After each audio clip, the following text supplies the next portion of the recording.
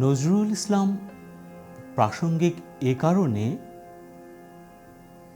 তিনি মানুষকে নিয়ে ভেবেছেন। তাঁর আরাধ্য ছিলেন মানুষ। আমরা তার মধ্যে হয়তো প্রেম দেখি, প্রচণ্ড প্রেম দেখি। সেই প্রেম আসলে নিয়ে এসছে মানুষের মধ্যে দিয়ে। মানুষ তার কাছে চরম পরম। এবং অন্যদিকে যেখানে কাজী নজরুল ইসলাম অতি প্রাসঙ্গিক, সেটা হলো তার সহনশীলতা, তার অসাম্প্রদায়িকতা। বাংলা সাহিত্যে এতটা অসাম্প্রদায়িক মানুষ দ্বিতীয় জন আছে কিনা সন্দেহ, যার কাছে মানুষের চেয়ে বড় কিছু নাই। না ধর্ম, না জাত, না দেশ কাল, কোনো কিছু নয়, মানুষ তার কাছে সেরা।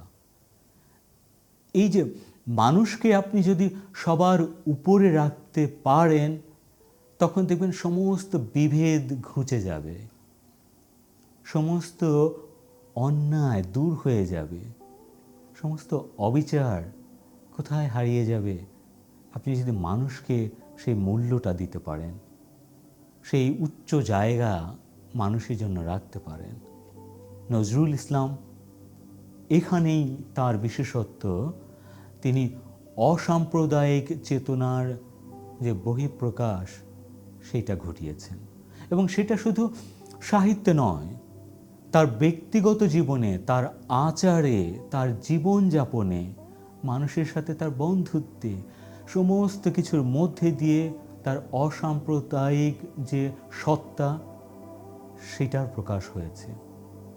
আমরা তার কাছ থেকে শুধু গান, কবিতা, উপন্যাস, গল্প নয়, সবচাইতে গুরুত্বপূর্ণ যে বিষয় নিতে পারি সেটা হলো অসাম্প্রদায়িক মানবিক একটা অলৌকিক চেতনা, যেটা আমাদের নজরুল ইসলাম শিখিয়ে দিয়েছেন।